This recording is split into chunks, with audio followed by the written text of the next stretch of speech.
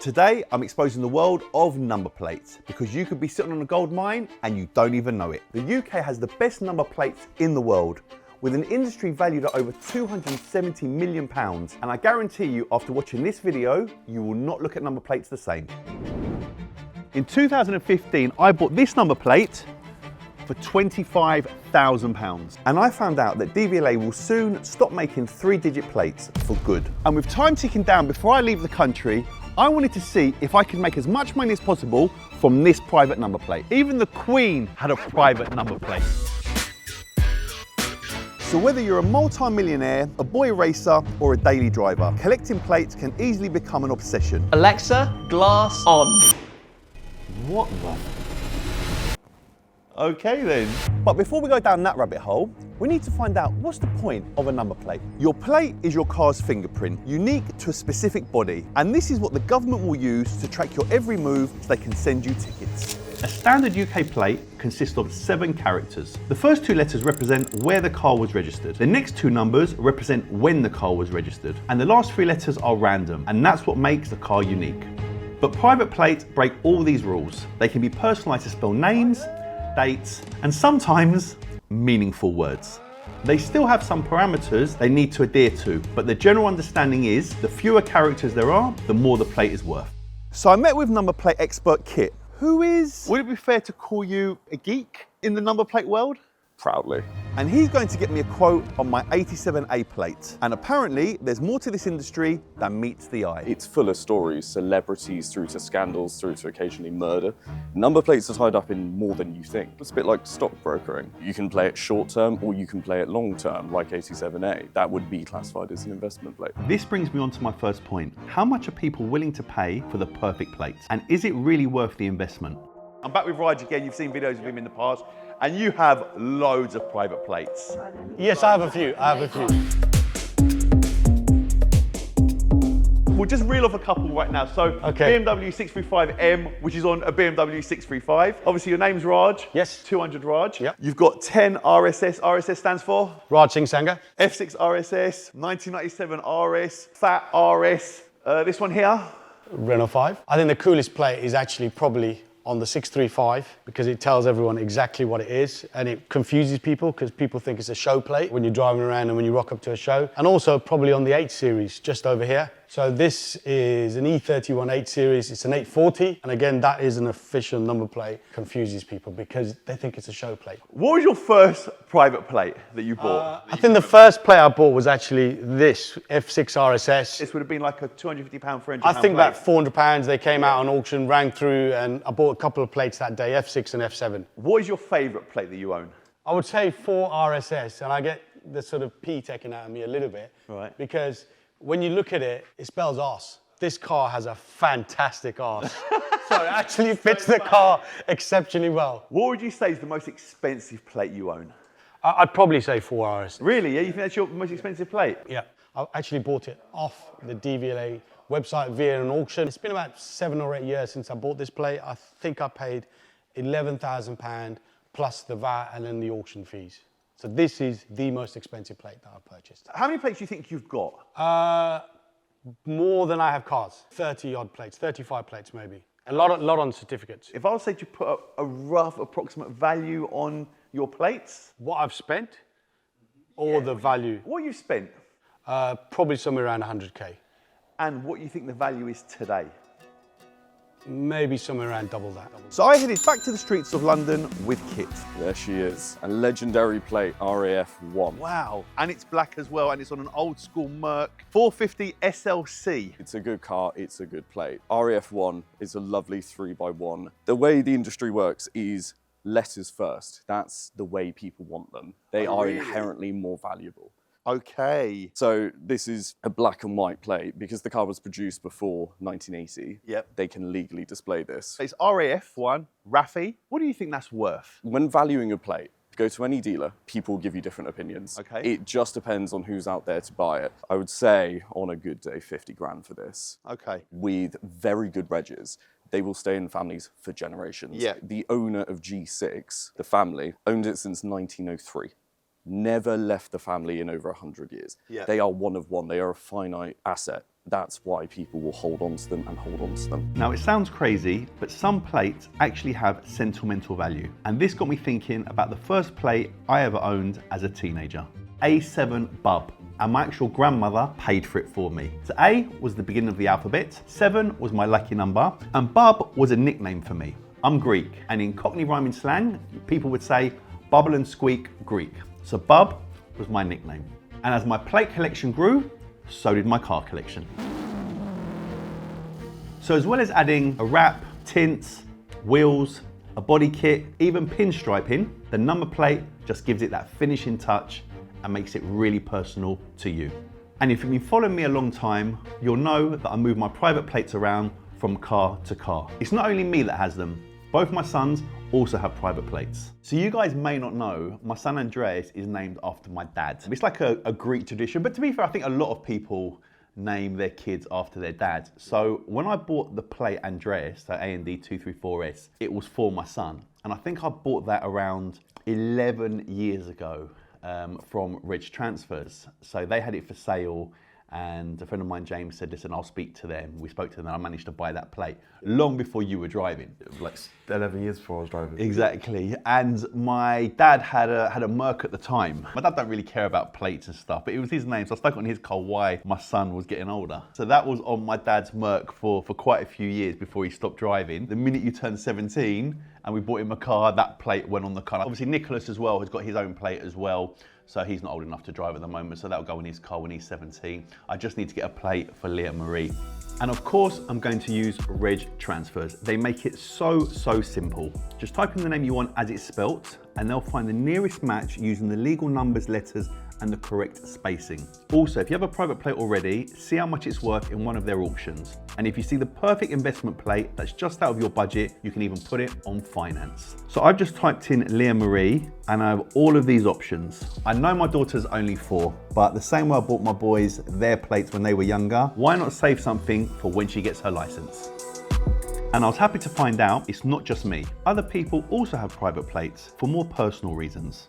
X1 TXC. Yeah. Now you got TXC on a few cars. Yeah, X1 just is X1. The reason I bought that is because the SVJ was X2, so I thought it would be cool to have X1. Okay, and the TXC? Tommy X Camille. So Tommy and Camille. Is the X like a kiss? No, it's like and, but it's like Tommy. It's a kiss. It's a kiss. It's a kiss. It's a kiss. It was just Valentine's Day, so yes, it's a kiss. Yeah. So now we know the TXC stands for Tommy, Kiss. Camille. Yeah. Okay, so we got X1 TXC here. C2 TXC, so that's Camille. This is her second car, TXC. GT3 RS is T2 TXC, so that was Tommy's second car, TXC. Urus is T44 TXC because 44 is my favorite number. Angel number, so T44. 44 is your angel number. Yeah, so TXC. So I love 44. Like if you look at my racing number, anytime when I played basketball and I used to run, it was always 44 or 4. Have you got an expensive plate? No, because I don't really care about having expensive plates, but my most expensive one's on the Revolto. X1 TXC was $1,000. Because everyone can have like a BMW 3 Series, but when you put your plate on, it's now your BMW 3 Series. Yep. So I think it's that. And then also, some people want to show how much money they have. If I have a plate that says Tommy, people will know that I spent big money on that. What is your most meaningful plate? Definitely X2 TXC. It's the one on the SVJ, and the reason it's the most meaningful is the first one I bought with TXC on it, and it was because I think just got the Lamborghini Huracan Performante, and I was like, oh, like to my wife, like, look what we've done. Like, I don't, yeah. So that plate means a lot. That's why it's on my favorite car, the SVJ. But as in any industry, where there is a lot to gain, there is a lot to lose. And number plates are no different. Oh, hang on, I've got a private plate story for you. Go on then. I had a private plate taken off me by the DVLA. Why? Because it was, right, so this, I made a whole video about it, check it out, officially gassed, like and subscribe. Okay. Right, so basically I had the number plate gassed, GA55EED, gassed. Okay. Basically looked sick when you put it together, right? Okay. It nearly said gassed. All right, so I got a letter through the post saying asking where I bought the plate from. And I bought it off someone who was like, I've got this plate, do you want to buy it? Kind of thinking nothing of it, sick plate, good price, brokered a little deal with him, proper cheap, right? So this letter come through, it was real cryptic.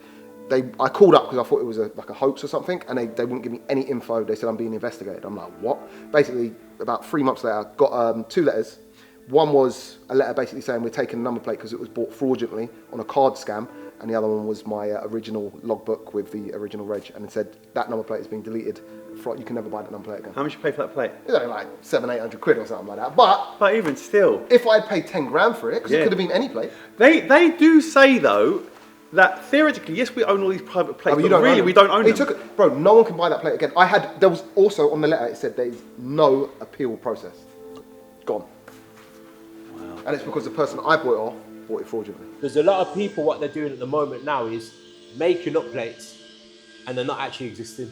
Okay. So you might see someone with a bad number plate says 2E and they've just made it up, checked that it's not on there, they run it, maybe someone's got it on retention but they've not registered it. Right. And that way, and then some people that are actually selling them as well. So a couple of my mates have like bought plates and it's like ghost. I'm like, bro, how the did you get that plate? I'm like, bro, I'm looking into it. I was like, show me the slip. It's like, oh yeah, my guy just put it straight onto the thing. I'm thinking, bro, are you stupid? For me, the safest way to protect a plate is have it on a car. 100%. If you have it on a retention document, if someone gets hold of that retention document or knows your address, knows this, knows that, they can actually just switch it across. And I've seen horror stories. They can call up and then say, I've lost the certificate. Yeah, I had that once actually. It's also worth noting, as good as some plates look, it could get you a fine of up to £1,000. It's illegally spaced, but for obvious reasons. Illegally spaced? It's illegally spaced. So what should it be? It should technically have a 33mm gap there, and that should be 11. So it should be SOO 7. space 7. Yeah. Oh, really? But if you have a diplomat plate, the rules of spacing don't apply to you. As you can see, there's police down there, armed police. So they're obviously well protected in the UK. If you're really smart about it, you can even work out which country it is. Well, this one? Yeah. How? So, first three, that is organisation code. Okay. So, every country has a huge list. You can find it on Wikipedia. Yeah. The second is D or X. D is diplomat, X is non-accredited diplomatic staff. Okay. So, those aren't the diplomats themselves. In the cars? Yeah.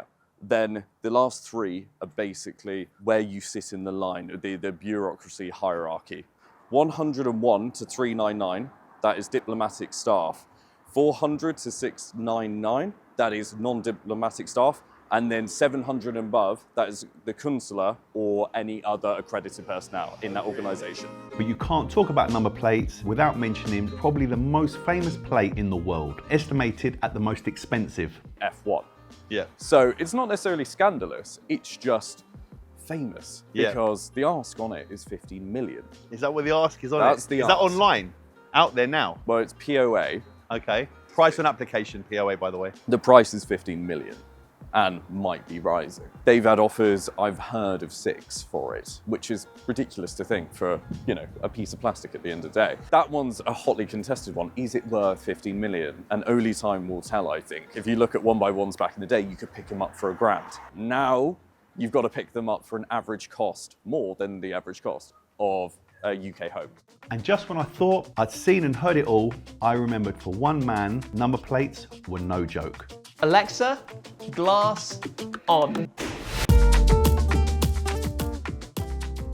A lot of people don't know this. I started, before filming YouTube videos, spotting number plates. Okay. I actually used to go around taking photos of really cool plates. I grew up, both my parents had a matching pair actually. I guess from a young age, I always had plates instilled in my mind. For me, number plates were like somehow a big draw. I actually even started a website before I did any car spotting videos about plates. My first plate, my parents gave me for my 17th birthday. 17th birthday, on September the 17th, they gave me S17 and my initials. I love the stories behind different plates. And even if you look back now, there are so many interesting things about them. I think I own at the moment about 60 plates. I like to find a plate that fits the car. Okay. I'm not so much about the value of it. I don't mind if it's a 250 quid plate or a 10 grand plate. It's more about, does it fit in some way to that car? Like, do the numbers represent something about that car? There's a story, if we go around and talk about them all.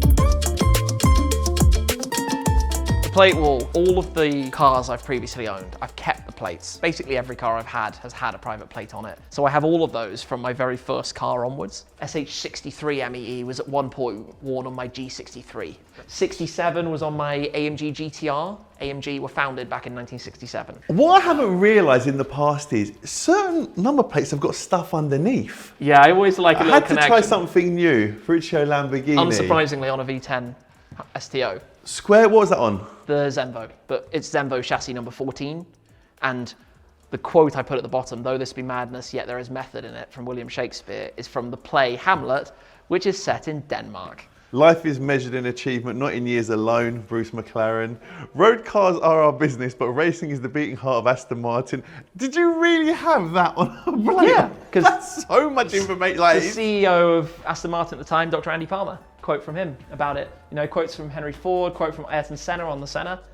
I have no idols. I admire work, dedication and competence. 60 is because the 296 is like the modern Dino, Right. which was the 1960s entry-level Ferrari. 65? 6.5 litre V12 engine. Every one of my cars, it always connects. It's 67 on the GT500 because the first Shelby GT500 was the 1967, the famous GT500. 68 on the Heritage because it came 50 years after the 68 Escort Mark I when it was launched in 2018. 62 on the SLS because it's got a 6.2 litre V8. To me, a plate is a car's identity in so many ways. And back when I bought this Vantage in 2010, was when YouTube for me kicked off. That was the plate that was on the car. I sold the car in 2012, bought it back in 2021. Obviously, it had to get the same plate back on it again. So this Clio is not my original car, but it's identical to the car I had when I was 17. Yeah. So it's wearing the same plate that my parents had given me for my 17th birthday. Okay. That is registered to this car. My second car was a 123D that I got when I was 21, so 3 or 4 years of owning the Clio, got 1 Series. Yeah. That car was LK58 NKN. The 1M is L6 for the Line 6 engine, so engine designation followed by the same NKN. I then had an Abarth as well, which, same story, although this being the Ferrari dealer edition, special car, like plaque number 200 of 200, it's a Ferrari with a 1.4. And again, the same last letters that my old Abarth had. I'm quite nerdy with it. Sorry. Shmi is like the ultimate number plate car guy. I sometimes plan cars to buy based on what plates. I've got one other very cool plate that I'm quite proud of having been able to get that connects to 87 TB. So I never talked about it anywhere. 1987 TB, which is a nice like pairing, we could say. How much would you say that collection? So it's probably not a massive amount of money because a lot of them are the fairly standard 250 to 500 pound plates. I would guess the total is going to come in at probably something like 30 to 40 grand. That does sound like a lot of money, but just know some people will pay more than triple that for just one number plate. DMO is known for having cars and number plates. How much was one DMO? Just under 100 grand. 100 grand. Just under, big up Red Chat, it was way more than that. I've got plates that I've bought, I've paid for them, and I've not even got the retention yet because I forget. And I'm like, yeah, I'll buy it, here's the money, and I forget about it. Is there a limit on how many plates? There's no limit. Bro, if I see a plate, I'm like, yeah, cop. What was your first ever number plate? H8 DMO. Always knew I was going to have haters. And it doesn't end there. G-Wagon? Alice, yes, it's got Alice's number AL51CET. DMO 2E, which is on the Fabian van. DMO 76, which X was on the E63. Got Y11 DMO. Got F1 Quad. Raptor, which is RA53TOR. R700 DMO. DMO Gang. K11 DMO. Cool DMO. All of my plates, believe it or not, RegTransfers. Okay. And it's mad because I was buying from them before they even knew who I was. Yeah. When I see a private plate, I'm like, okay, cool, what car? Okay, what's your plate saying? All right, that's a big, like 76 76YC. bad boy plate. When I see one DMO, bad boy plate, or I see 3-digit bad boy plate, which all of it means, not just like a little bit, all of it means something. A thing that you've had at the time and it just sits there, it's only gonna go up in value. Some point, you never, like, these are gonna be looking like black and white plates. Yeah. Do you know what I'm saying? That's the way I think of it in their head. Like, if I try and get a dateless plate now, I know how much it's going to cost. So our plates now, these prefixes, even the prefixes, it's still going to be big money in the end. Big money in the end. Speaking of big money, we saw two of the most expensive plates you could probably see in and around London. Look at this. This could apply to me. It's Y11. It's Y2. This is Y11. This is top of the top if you're talking plates. Shout out Carl. Look, Tom Hartley. Y11, originally Somerset issue, so it's come far since 1903. This today is going to be worth mega money. Obviously, shorter the plate, higher the price. 11 is a very significant number in different cultures. Same with 8 for the Chinese. For the Chinese, yeah. It's hard to put a price on this one, but this is hundreds, if not hundreds of thousands of pounds. And then we saw a 1x1 plate that belongs to the Malaysian embassy. This is I would say a 7-figure plate. Seven-figure We're plate. into the millions at this point. Yeah. For reference, K1, which is the ultimate K plate, it was on the market last year, 1.4 million offers. An M is a much more common initial than K. 1M Yeah. versus M1, what's more expensive? M1 would be, and M1 is privately owned. Okay. Whereas this is likely never going to see the day of the general public. This Okay. is locked to the Malaysian embassy.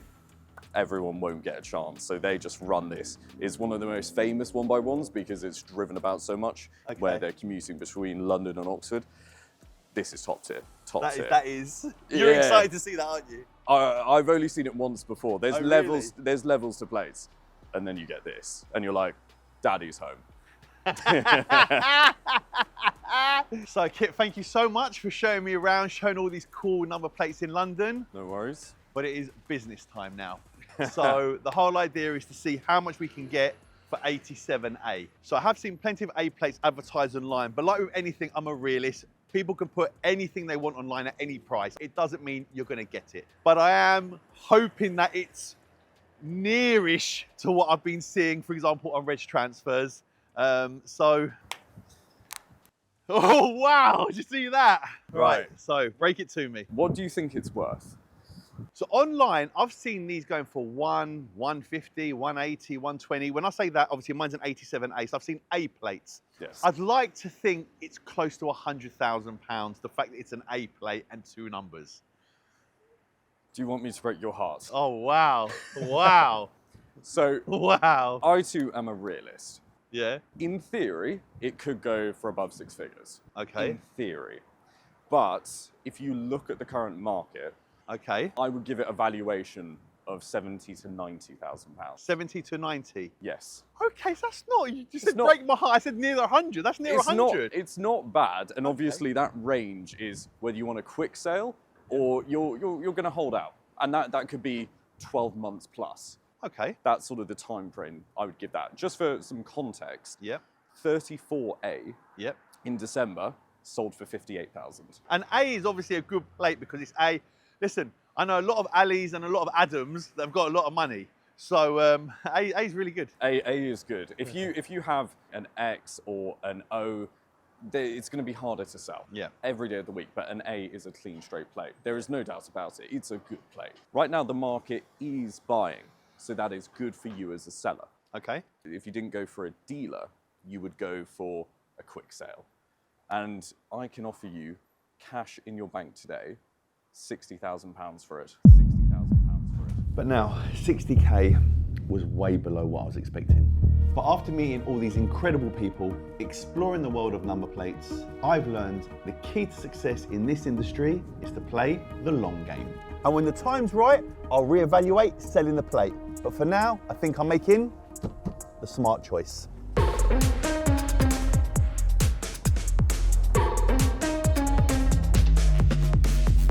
Massive thank you to RegTransfers for sponsoring this video. If you want more details on how to get a number plate, check out all their details in the description below.